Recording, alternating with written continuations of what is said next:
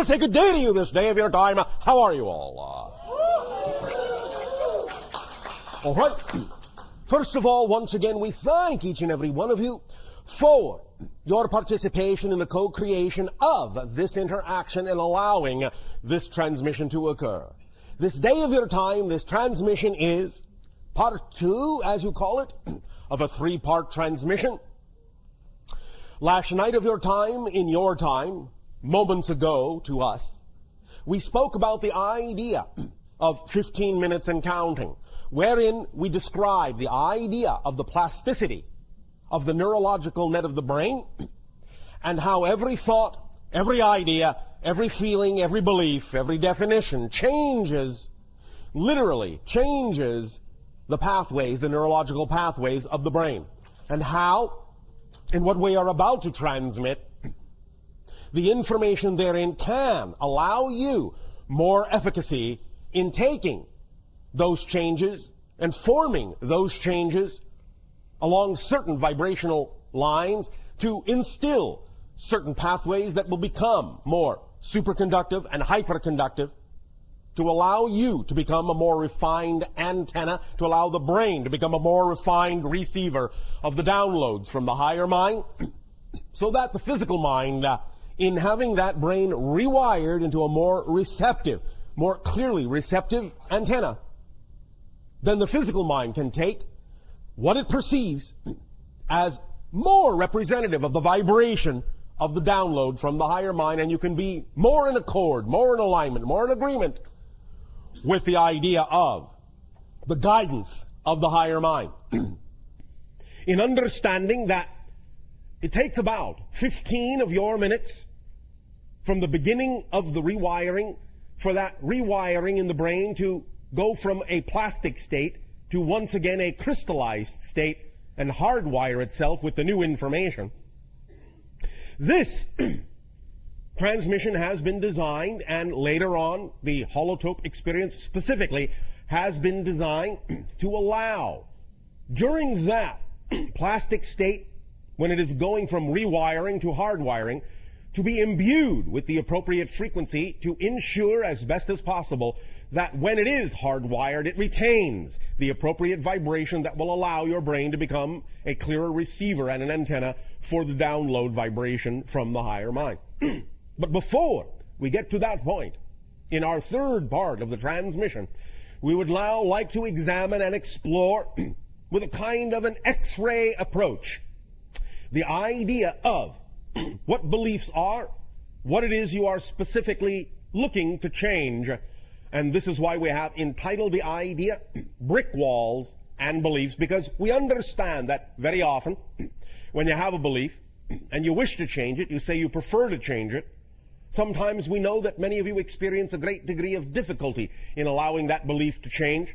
So what we are going to examine today is the actual nature of, the actual structure of beliefs, so that perhaps by gaining some insight into the actual structure of the belief, you will understand how it is organized to perpetuate itself, and you will perhaps also gain greater understanding in understanding that how that organization works, and how you can, in a sense, break it down, how you can deal with the different components of the belief, how you can recognize the different tricks, in a sense, that negative beliefs have in their toolkit to perpetuate themselves and make it seem as if it is difficult or maybe even impossible to change that negative belief. The idea, first and foremost, as we have discussed before, of course, is that when you attach certain kinds of beliefs to your motivational mechanism, you are then automatically and immediately propelled in the direction of reinforcing that belief. And the idea of the motivational mechanism is, again, quite simplistic. You are always motivated by the same mechanism to do whatever it is you choose to do. Always, without exception. You only have, really, 2 basic motivations that are really simply different sides of one motivational mechanism. Your motivational mechanism is simply that you will always immediately move in the direction of what it is you perceive to be or define to be more pleasurable, you will always, always, always and immediately move away from what you define to be or perceive to be more painful.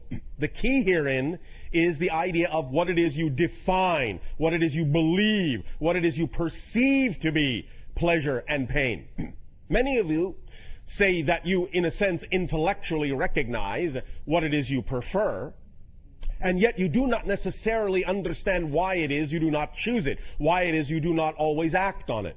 This comes down to the motivational mechanism and recognizing that if you had a positive belief system attached to that so-called preference, you would immediately choose it. And if you are not choosing it, if you are not behaving in that direction, if you are not acting on it, what that immediately tells you without exception is there must be a negative belief attached to your actual preference that is making you see it in a light that makes it not something you actually prefer to choose. So the important thing is to find out what belief you have attached to the idea of your so-called dream, your so-called preference, that makes it seem to be anything but your preference. And once you find out what belief that is that you have attached to that preference, you will know immediately why you are not choosing it.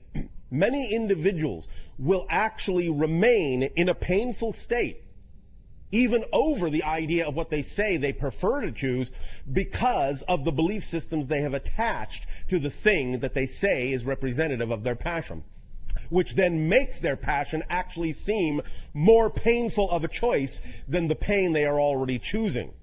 Many times it is as simple as fear of the unknown, not wanting to move forward in a direction that is unfamiliar to you and staying with the pain just because the idea of the pain being familiar makes it seem as if that familiarity, that pain and that familiarity is actually preferable to the idea of the fear of the unknown, and therefore you remain in the pain, as painful as it is, just because it's something that you know, as opposed to something that you don't, if you have a belief that says that unknown is to be feared. It is as simple as that very often. But it requires of you the ability, the willingness to examine and explore why you have those beliefs and why you have attached them to that motivational mechanism and why you have attached them to your preference in that manner. One of the things we will also be discussing in this segment is the whole concept of, in a sense, what you call manifestation. Now, let us provide you a slightly different idea and understanding of the concept of manifestation. Because many of you, when you think about the idea of attempting to manifest something, bring it into your reality, make it appear, solidify it, crystallize it, make it experiential, are coming from a point of view, also definitionally and belief system related, that it is something that does not exist in your reality, that you are attracting into or bringing into your reality, that somehow it is ephemeral and non-physical, and you have to somehow make it solid, make it appear, make it real. That is not the case.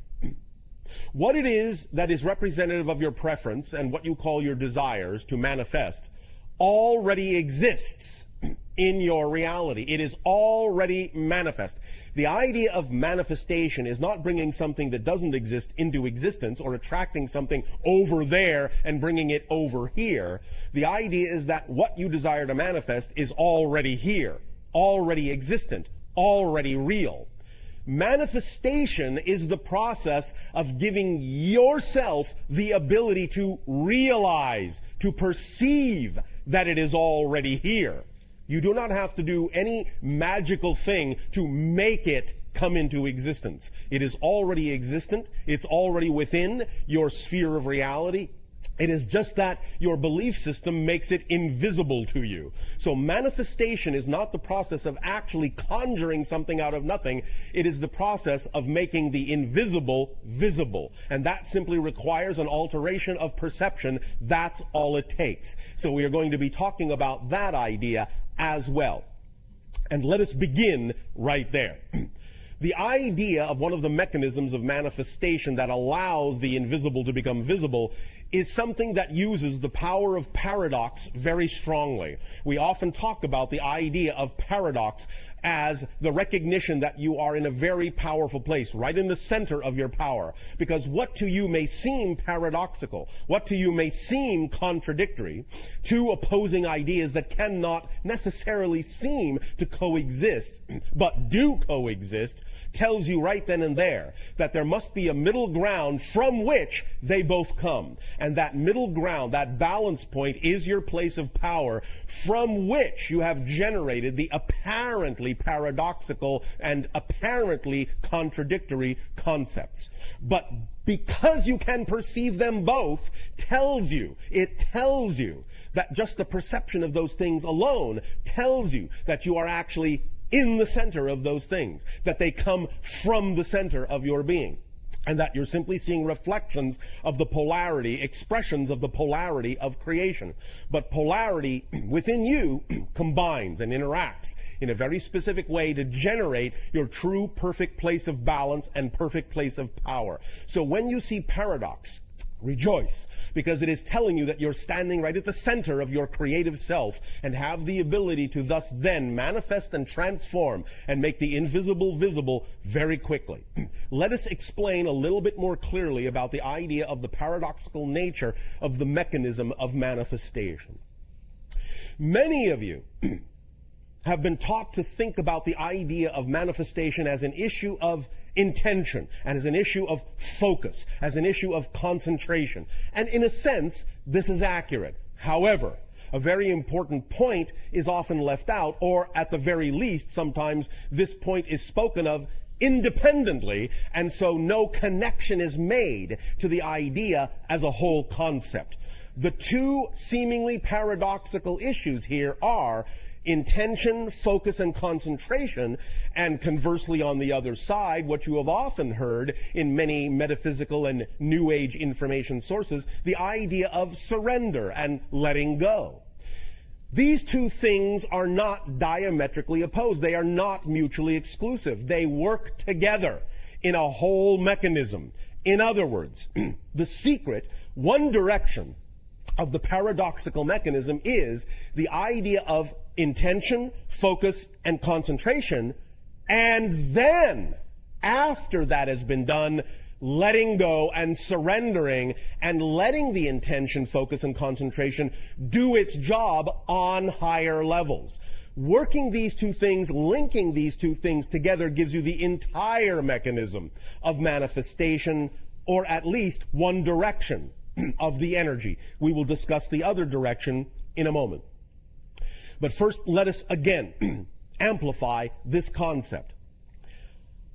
And again, understand this connects to the notion of the 15-minute time span in the following way.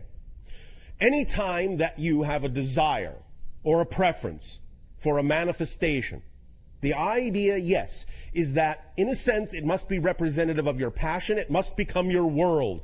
The intention, the focus, in a sense, the concentration, is there if that is representative of your passion. Because when something is representative of your passion, you're automatically focused on it. You automatically intend it. You're automatically concentrating all of your attention on that idea, because that's what passion does.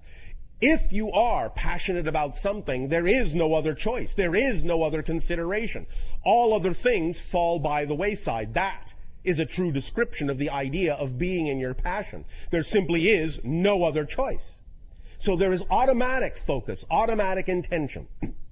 If then, in what you call a peaceful state or a meditative state or a focused state, you allow yourself to image that passionate idea, that manifestation that is desired, and feel it, and build that energy up in your energy, in your emotions, in your passion.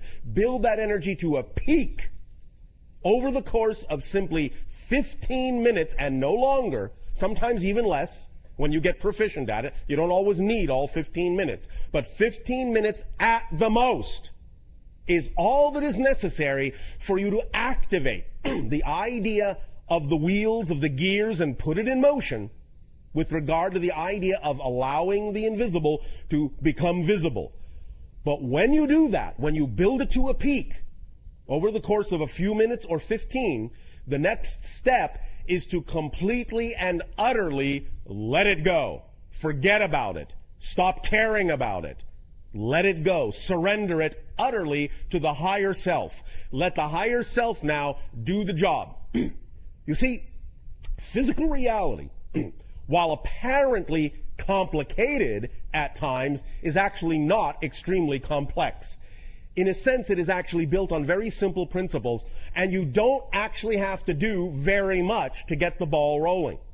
So, because your physical mind, as we have said a few times, is not designed to understand how things are going to happen, how things are going to manifest, the how is the purview of the higher mind, and because the physical mind does not actually have the capacity, the capability to understand, it is not designed to understand how that's going to happen, all it needs to do is flip the switch and let the higher mind do the how, do the things that are necessary to cause the synchronicities in your life that need to be there, and the downloads and the inspiration that need to come to you to allow the invisible to become visible, to allow the manifestation to occur.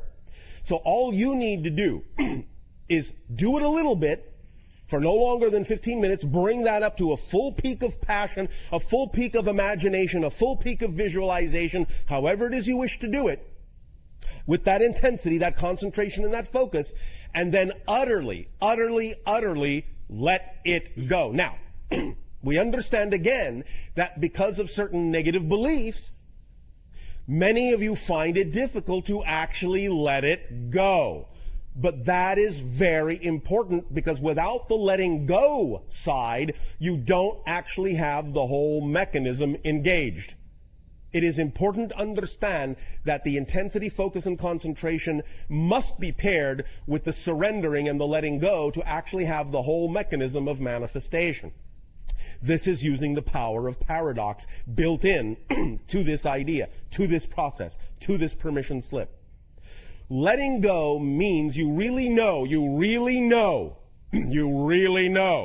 that the higher mind, it's doing its job, and you can now relax. The physical mind can relax. It doesn't need to do anything else. It is not required, nor is it capable of doing anything else. So really, really, really, when you know this, you can allow your mind, your physical mind, to just let it go, knowing it is in good hands, in a sense, and get on about your day focusing on the next most exciting thing you are capable of taking action on. At the same time, again, you must be clear, as we already said, about your motivations to ensure that what it is you are focusing on, what it is you are surrendering to, is truly representative of your highest passion, instead of something that is simply being labeled as such to actually act as an avoidance of what your highest passion actually could be.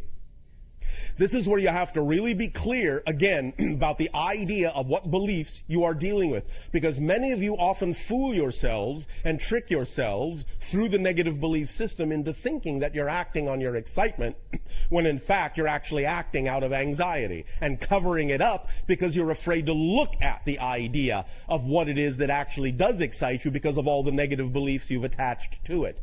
So clearing out your motivational mechanism and finding out what beliefs you have attached to it is the primary, first, and fundamental process that is required in order to actually use the tool of manifestation in a clear and concise and precise manner. Once you have your motivation clear and you know that what you are focusing on is truly representative of your passion, then you will find that this mechanism of manifestation works very, very strongly, very well, and often very rapidly. But the idea, again, is that you cannot worry it there. You cannot make it happen. You cannot Insist that it must happen at a certain time and in a certain way, because then you are once again putting conditions on it.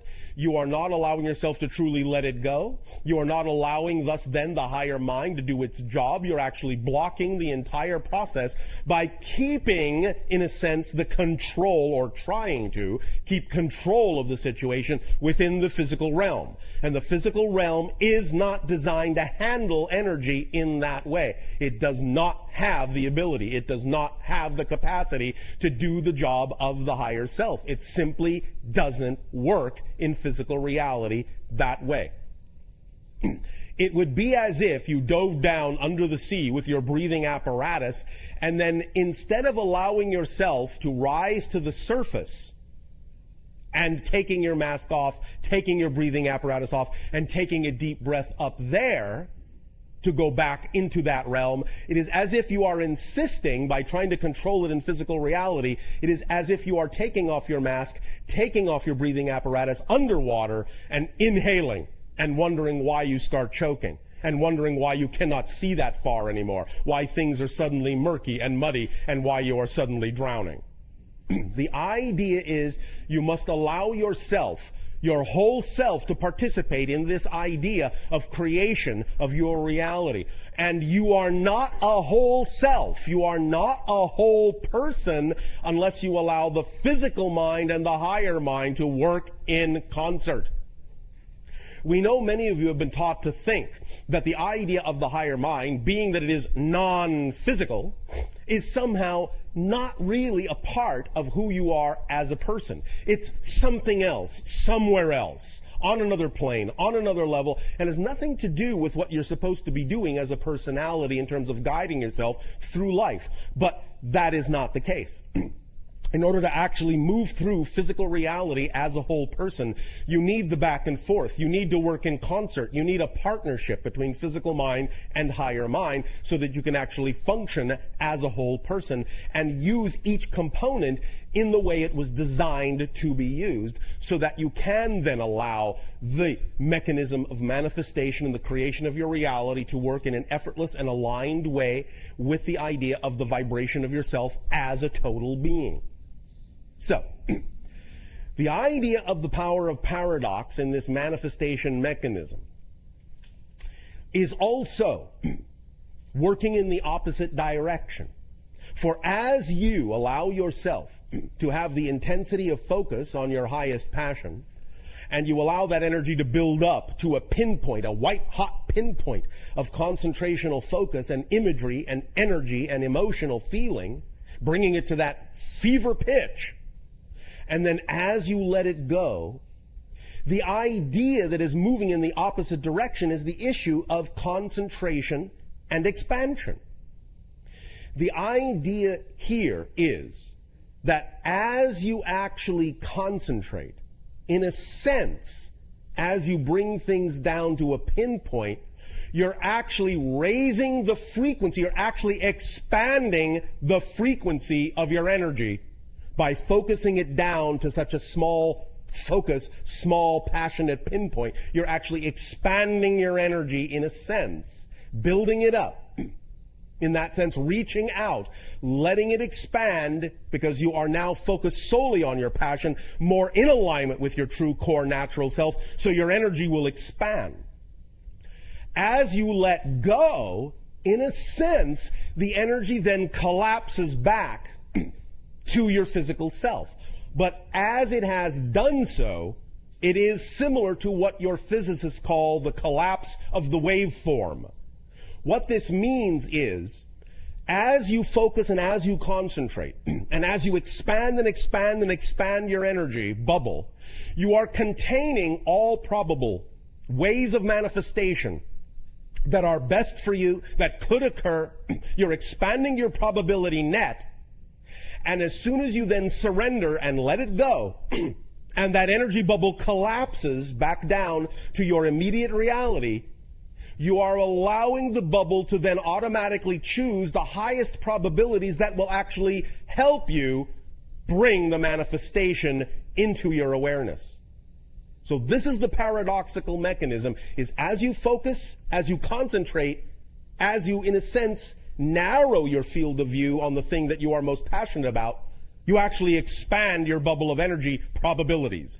And as you let it go, as you release, as you surrender, you actually allow the bubble to collapse down to the most likely ways, the paths of least resistance that are there for you to bring the kind of synchronicity into your life that will most likely, most probably allow for that manifestation to occur in the most effortless, most rapid way possible. Do you understand this mechanism? Yes. All right. So now, let us move forward into the understanding that in using the power of paradox in this way, in understanding how this mechanism works, the most important factor in this entire process or permission slip is getting a handle on the beliefs themselves that are at play in this mechanism. Because it is only the beliefs, it is only the definitions that will color these mechanisms. These mechanisms work automatically. They are neutral. You don't have to do anything special in a sense to make them work. They work for everyone. They work for everyone the same. Throughout creation, they work for everyone the same. It is just what is built in to the structure and nature of existence itself. Because existence is, in that sense, constantly the fluctuation of the polarities, the fluctuation of the paradoxes. It is constantly coming and going. It is constantly creating and renewing. It is constantly, in that sense, breaking down and building up. That mechanism is built in. It is the breathing in and the breathing out. It is the yin and the yang. It is always there. You don't have to do anything special to make the mechanism work for you. This is not about learning how to work the mechanism. This is about how to allow the mechanism to work in the clearest possible way, in the most aligned way with who you truly are, by clearing out the belief systems and the definitions that have nothing to do with you. The things you have inherited, the things you have had handed down to you, the things that come from other people that are not you. This is this. Right now, this idea of this structure, in understanding how beliefs are structured and thus then how they color your utilization or your ability to recognize the utilization of these mechanisms. Positive beliefs, as you may observe on the diagram, are by definition, in a sense, expansive. You have a positive belief. All beliefs, even positive beliefs, have a mechanism within them that are self-reinforcing, self-perpetuating. They have to, by definition. Otherwise, if they didn't, because beliefs really are ephemeral, if they didn't have a self-reinforcing component, you would not be able to actually have a sustained, perpetuated experiential reality in that belief. You would not be able to see the manifestation of that belief if they didn't constantly perpetuate themselves, because they are constantly being chosen. Second to second to second to second to second to second to second. It may seem as if, it may appear as if in the illusion of space-time, in the illusion you create of continuity in space-time, it may seem as if once you have chosen a belief and it perpetuates itself, it may seem as if it is the exact same belief just rolling along and rolling along and rolling along. But that's not exactly what's happening. The idea of the perpetuation of the belief, the idea of the inertia and the momentum, is simply that the perpetuation mechanism is designed in such a way as to inspire you, shall we say, to continue to choose the same belief again in the next moment. Because in the next moment, it is a whole new reality. You actually have to keep choosing the belief every single nanosecond in order to actually have an experience of ongoing perpetuation. So the idea of the self-perpetuating mechanism in a belief is not that it simply has an automatic momentum that carries it through space-time. It is that it has an automatic perpetuation mechanism that seems to make it, that makes it seem like the thing to keep choosing over and over and over and over and over again. Because as you do that, you are actually creating a new reality, new reality, new reality, new reality, new reality. But if you are, in a sense, buying into the perpetuation mechanism of that belief, positive or negative, then what you're doing is creating a completely new reality every moment that looks very much like the reality you created a moment ago. And as you keep creating similar realities, you thus create the illusion of continuity, that it is the same reality and only changing slightly, instead of understanding that it is a completely different reality that has changed completely, except you are making it seem as if it hasn't by simply allowing yourself to buy into the rationale of the perpetuation mechanism that says that that belief must be recreated again and again and again and again and again and again and again. Now, when it is a positive belief, obviously this is representative of alignment with your true natural core self, and you don't mind that it is, in a sense, inspiring you to recreate it again and again and again and again. But where you have your difficulty is when you don't understand why you are recreating the negative beliefs that you say you don't prefer again and again and again and again.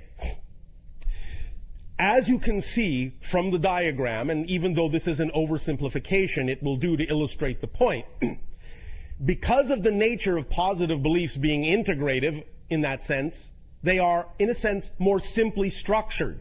They don't need to be complicated. They don't need to be, in that sense, very diverse, because that is in alignment with your true natural vibration. Therefore, they are very simply structured. However, negative beliefs, because negative energy is that which dissociates, segregates, compartmentalizes, rigidizes, separates, needs a larger bag of tricks to sustain itself. Thus, it will go from the fluid, ever-expanding positive structure, the simplistic, expanding circular structure, in a sense, euphemistically, to the rigidized, crystallized, and non-expanding structure that will thus then contain several compartments and several bags of tricks that it uses to reinforce itself, to make it seem like the thing to keep choosing over and over and over again. And here is where the X-ray vision comes in very importantly. You have to recognize what those tricks are, and thus then by recognizing them, by identifying them, catch yourself, so that you are not then simply succumbing to the rationale that you have to keep creating and choosing to create in every new reality that belief over and over and over and over and over and over again. Let us examine some of these ideas. One of the first differences that becomes evident between the positive and negative belief system, the positive and negative definition, is that while certainly even the belief contains this perpetuation mechanism, it also always brings with it the freedom to choose. It always allows you the ability to know you can change the belief. So the first difference, one of the major differences in the negative belief, because when you operate from fear-based beliefs, it is automatically keying into what you call your survival instinct. In other words, fear-based beliefs lock into your survival instinct, your physical survival instinct, in such a manner as to first perpetuate the idea that if you don't follow this belief, if you don't perpetuate this belief, you will die. So it relies heavily on tricking you into believing that if you change that belief, there will be nothing left of you, that the belief is all-consuming, that the belief is all representative of your true self, and that if you change it, what you're doing is committing suicide. That's one of the first tricks it has up its little sleeve to allow you to perpetuate it and perpetuate it and perpetuate it, because it's a fear-based mechanism. Therefore, it is keying directly into your survival instinct mechanism and using it and amplifying and magnifying it to force you to perpetuate that belief so that you will survive. Now, the second thing that automatically happens when that mechanism is engaged, when you flip into the idea of a negative fear-based belief, is that in order for you to continue to perpetuate it, it must also reach into its little bag of tricks and make it seem as if it is not possible to change it. It simply cannot be changed. It simply doesn't have the ability to be changed. It must be perpetuated by its very unchangeable nature. So it traps you in a vicious circle of knowing that there simply is no way out at all. That the very nature, the very structure of the mechanism says there is no doorway here. It cannot be changed. This is where you live. There is nowhere else to go. This is your entire universe. It is eternal. It cannot change. But it also recognizes that it is fighting against, and I'm going to just use this terminology for now, it is fighting against a perpetual, non-ending, relentless stream of information from the higher mind attempting to reach your core being through this mechanism. Because the higher mind, the positive beliefs, and the higher mind are always sending information, always sending light, always sending guidance to guide you back to your natural self. Always. Within the yin and yang, there is always the opportunity to go in the opposite direction. Within the dark, there is always the doorway that leads to light. Within the light, there is always the doorway that leads to dark. But when you're in the light, you understand that that doorway that leads to the dark is just a choice, and it's only offered to you as an equal choice. But when you're in the dark, the doorway that leads to the light, from the dark's perspective, is something to be avoided at all costs. So even though it cannot actually close that doorway, it will thus then disguise the doorway with an illusion of unchangeability, so that you will not see the doorway, so that the doorway will become invisible to your consciousness, because as we have said, you cannot perceive what you are not the vibration of.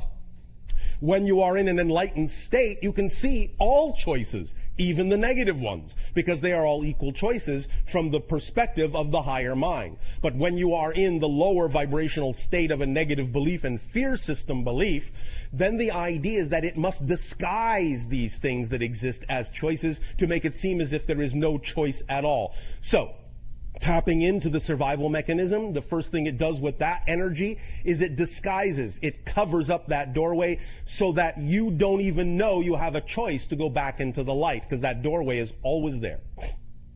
And the array of tools it uses to take your attention off that doorway, to make you look in any other direction other than that doorway that leads to the light, are these that are generally described surrounding the mechanism, like, in a sense, a viral cell. Like the idea of electrons around the nucleus of an atom. And it will constantly switch back and forth and use these other tools and techniques in a variety of ways, in a variety of combinations, to constantly keep you off balance, to constantly keep you unable to see that doorway that leads to the light. A variety of mechanisms, such as the idea of projection, such as the idea of rejection of ideas, such as the idea of paranoia, so that you will not believe what anyone is saying to you when they are actually attempting to help you, so that you can, in a sense, avoid all information that will actually be to your benefit by seeing it in a light, by projecting it from the dark vibration with a dark energy, so that even the light looks dark to you. And in that sense, seeing everything in a negative light will keep you off balance. The idea thus then of all these things working together will keep you completely off balance until such time as you give yourself the opportunity to recognize that this structure exists. This is where truly the phrase in your language, knowledge is power, comes into play. The very fact of illuminating this structure, the very idea of revealing and exposing in X-ray form that this structure exists, can give you an edge over it. Because once you've identified the structure, once you have identified the negative belief, once it becomes transparent to you and you understand what all the tricks are, something happens to that structure. You gain a perspective by being able to actually see it in front of your face, by actually having a diagram go through your eyes into your brain and start rewiring in your brain the recognition of the structure. The structure suddenly becomes illogical and nonsensical. You start to see your relative position to the structure and its relative position to you. You start seeing it as nothing but an illusion, nothing but a filter, nothing but a template overlaying the idea of your true self. And you start seeing the idea of you bouncing around in all these little crystalline rooms and being, in a sense, fooled and tricked into believing all the things that it is attempting to get you to believe to perpetuate itself from moment to moment to moment to moment to moment. Our personal favorite trick of negative belief is the one you see called reward. This is one of its most insidious little tricks. Negative beliefs will actually use positive reinforcement to reward you for buying into the negative belief, so that you will then only recognize it as the thing to do. This is where it uses the motivational mechanism. This is where it attaches an apparently rewarding result to having chosen the negative path, and makes you feel good about yourself and makes you feel safe and protected for having chosen the safer path, which is only another way of saying the negative belief in this case. So in recognizing that it does this, that it uses all these tricks, you can begin to really examine each and every one of these. And the way to use this template is to take specific negative belief ideas by examining them in ways that we have discussed before, by finding out what that belief is, such as, for example, I am unloved. And taking that and putting it in the center of that diagram and looking at all the different ways the tricks are used to reinforce the idea that you are unloved and to make it seem like the thing to keep choosing, to make it justified, rationalized, rewarded, to develop the paranoia that forces you to not look for the reality where you are loved. One of the most insidious ways it has of reinforcing your inability to go in that direction is to make you believe that if you actually go looking for the positive side of that belief, you won't find it, because there is no such thing. It can't be true. And thus then when you go looking and find out it doesn't exist, you will then be disappointed. You will then find out that you really are as bad as you've been told you are. And so to avoid that reinforcement of the negative self at all costs, you will simply stay within the negative self. Look at how insidious that is. It is actually saying, don't go looking to prove the negative. Stay in the negative you are in, because the negative you are in is at least better than proving that the negative is true. It's actually using itself to reinforce itself by saying you don't want to go and find out that what I'm telling you might actually be true, because at least here you have a shadow of a doubt, a tiny shadow of a doubt. I'll allow you that much. That's your reward. But if you go looking to find out whether or not what I'm telling you is true, well, you'll only find out that what I'm saying is true, and then there'll be no doubt whatsoever. So at least stay here and hold on to that tiny crumb of a doubt. At least that will allow you to survive. Miserably, but survive. But if you go looking and find out that what I'm telling you is the absolute truth and you are worthless, well, then your whole world will crumble. Then you will annihilate yourself. Then you will not survive. Because how could you possibly survive absolutely knowing that you don't belong in creation?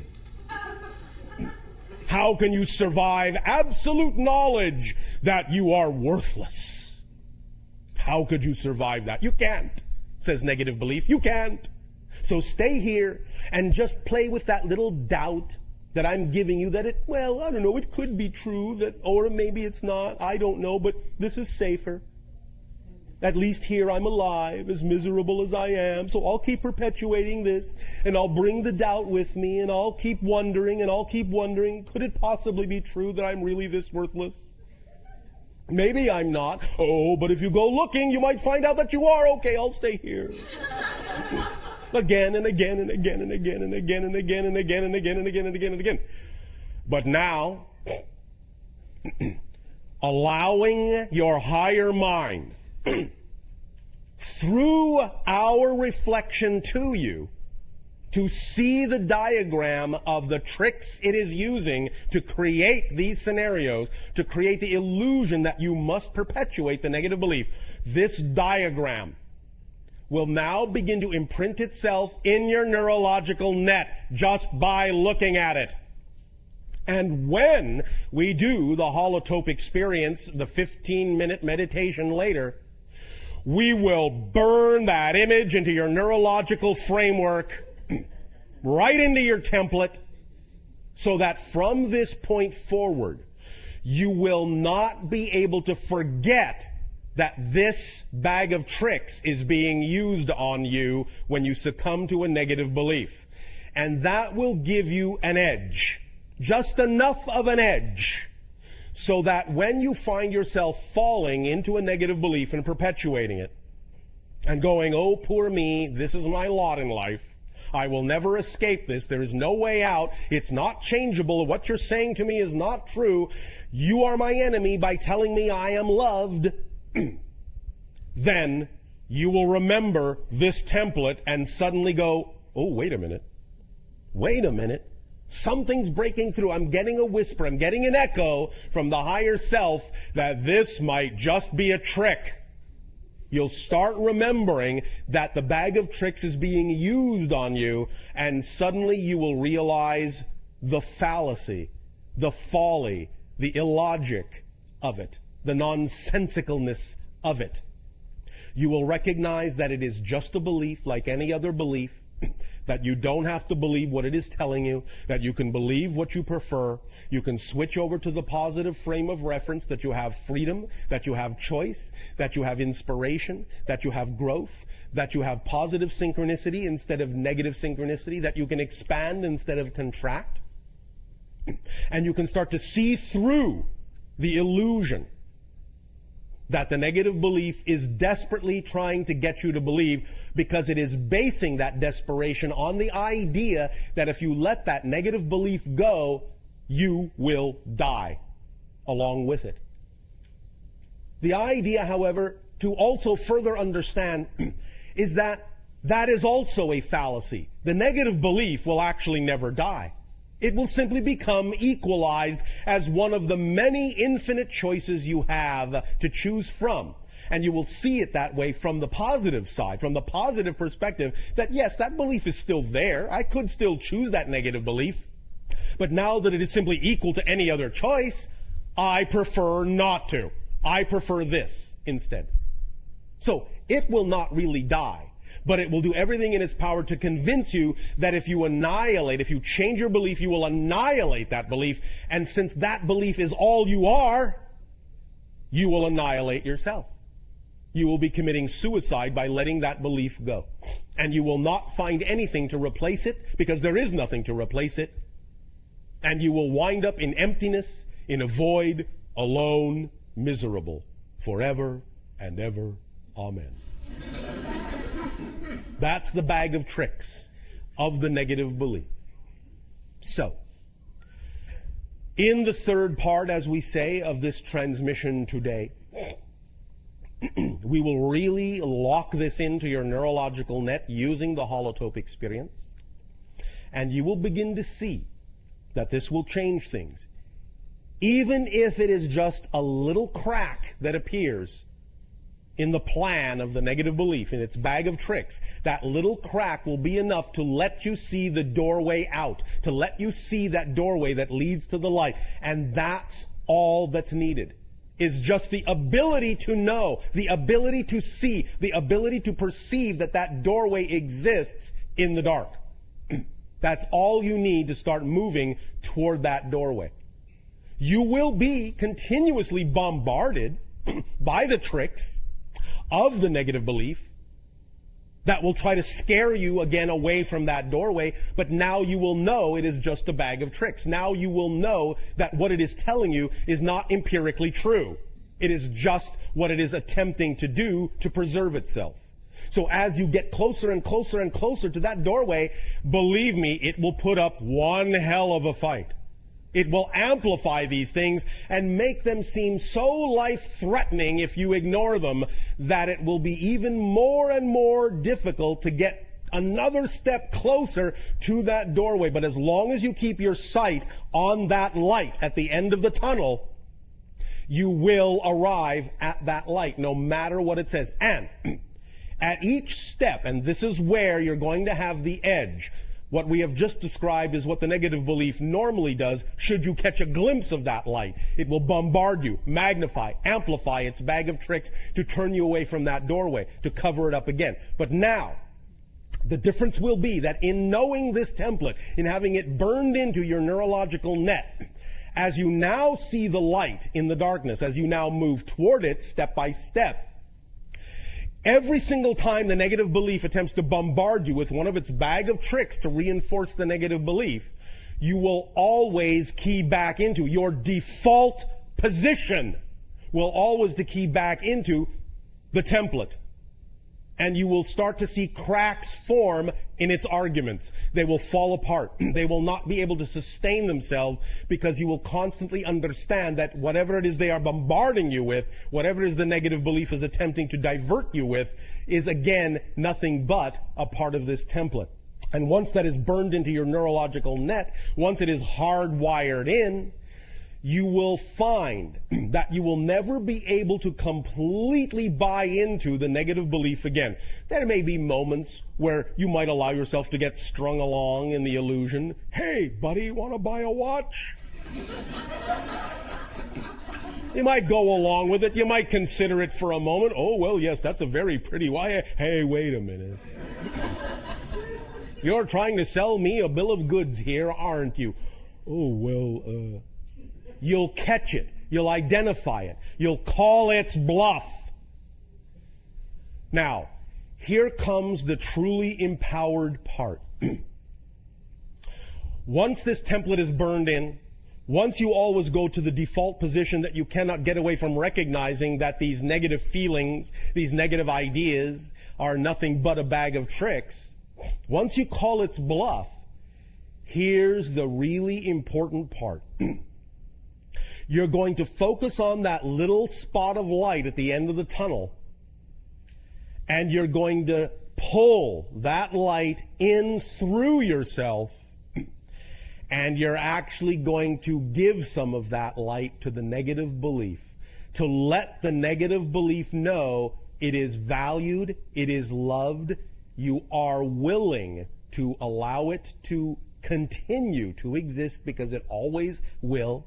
You are acknowledging that it will not die. You are validating it as an equally valid belief and allowing it to know that just because you will prefer to choose something else, it will not die. You now become the PowerPoint, and you are reassuring the negative belief that it will still exist. But as you do so, you become bigger than it. It no longer fills your world. You know who you now are. You are coming from the higher mind, and you are gently reassuring the negative belief that it will continue to always be a part of you because there is no outside. There's nowhere to get rid of anything to. You will always contain it because expansion is the product of inclusion, not exclusion. So you will always include it as a probable choice. It will always be valid and equal in your eyes to any other choice. And you get the freedom to choose what you will manifest and what you will experience, even as you are validating the negative belief as equally valid as a choice within your entire reality. And as long as it knows it is loved, and as long as it knows it is an equal valid choice, it won't bother you anymore. It will not insist on being in the forefront anymore.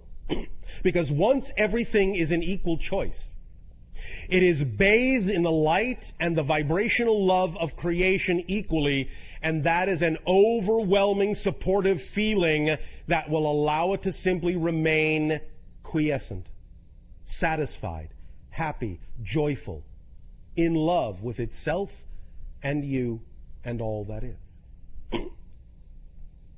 And remember, you will always have, from the positive point of view, the freedom to go back into the negative reality and experience the negative belief again. But from that point of view, you will know you don't have to. You are not, in a sense, made to believe that you are forced to. You will recognize that that is just an illusion, and you will continue to choose through the manifestation mechanism we already discussed and the motivational mechanism that we discussed in terms of how to clear it. You will continue to choose what you prefer, knowing that the ideas the negative belief attempted to trick you into believing are not empirically true. That if you exist, there is something for you that is absolutely ecstatic. And if you stop listening to the negative belief that insists that the only way to be happy is to pay attention to what it is telling you, that it must be done a certain way, that it must be rigid, it must be controlled, it must be in this template. As soon as you know this diagram exists and it's burned into your neurological net, you will know that that is never empirically true. That it is just a belief. You will see it for what it is. You will have X-ray vision. It will be built in to your neurological net. Now, the first question that comes up is, well, if that's built into the neurological net, and yet if the neurological net is always capable of being plasticized and reformed, can't that go away? Yes and no. Because once you know it's possible, once you have decided to allow yourself to align with the freedom to choose, with the positive vibration, once this is burned into the neurological net to begin with, there will always be the echo of that choice. Because again, when we talk about the idea of the plasticity of the neurological net and changing the pathways of your brain, because everything exists at once, that means that all the other possible pathways also still exist as probabilities, including the ability to see this only as a template, only as a trick. Burning it in a certain way through the holotope meditation will allow you to always remember that it's always there, even if only as an echo. It is still always something that you will remember exists as a choice. So you will always be able to choose it if you prefer to. You won't forget it again, because you will know that memory is created in the moment. And even if you play a game where you forget it in this reality, this reality, this reality, this reality, this reality, burning this into the neurological net even once, seeing it this way exposed in X-ray form even once, will allow that crack to form so that as you create those new realities, even if they are negative, it will weaken over time. Something will creep in. The echo, the memory of the neural net, of this template will creep in, and the negative reality perpetuation will weaken, will soften, will dissolve over time. Until you once again remember that you can create something different. Until you once again experience that you have freedom of choice. This is why this has been done in this 3-part transmission. For we get your mind to focus on the idea of the plasticity and the rewiring, and now we allow your mind to begin to consider and ponder the idea of this X-ray structure, and then we take the idea of the multidimensional framework of your existence and we allow you to crystallize this idea on more than just the physical level. Because the idea of the neurological net in your brain is not just a physical one. Because it is the nexus point between the higher mind and the physical mind, because it is the receiver, because it is the antenna, because it is the template reality, because it straddles both worlds, because it has an etheric and a physical component in the brain, it is capable of imbuing this information, in a sense, into what you might now in your modern technology call a virtual memory. So that even if in your physical neurological pathways they are not indicative and not conducive of the idea of bringing back the physical memory, the virtual memory of this will always be there. And you will know that. There will always be this nagging feeling that you're missing something. Even when you're caught up in the negative reality for a moment, there will always be this nagging feeling, this little crack through which that higher mind's virtual memory will come through the template and imbue you with at least the nagging feeling that something else is there. There's another choice to be made. This isn't all of it. This isn't it. You will start actually taking the doubt that the negative belief is leaving you, because it has to leave you, that doubt, or you'll go searching. You can actually use that doubt in a positive way. That doubt will now flip around, and it will be the doubt of the negative belief. You are taking advantage of one of the weak spots in the negative belief's arsenal of tricks. It has to leave the doubt factor, or you'll go looking for something else and find out that what it was telling you was not necessarily true. It has to leave that doubt factor so you won't go looking. So you can take advantage of that. That's the little doorway. That's the little crack through which now this positive energy will leak and turn the doubt against, in a sense, the negative belief. Turn it in the direction of the positive door, the light that exists in the darkness. Does that make sense to you? Yes. All right.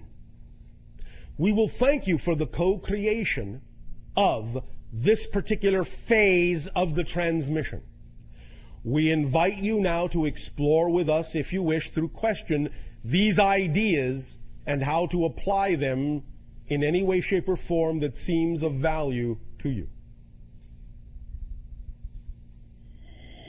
Always, as we have said, understand that to make use fully of this idea, it is wise to have the physical diagram literally printed out in front of your face. Because as you absorb this diagram through your eyes into the brain, you will truly help reinforce this idea in your neural net. So take advantage of the fact that a diagram exists.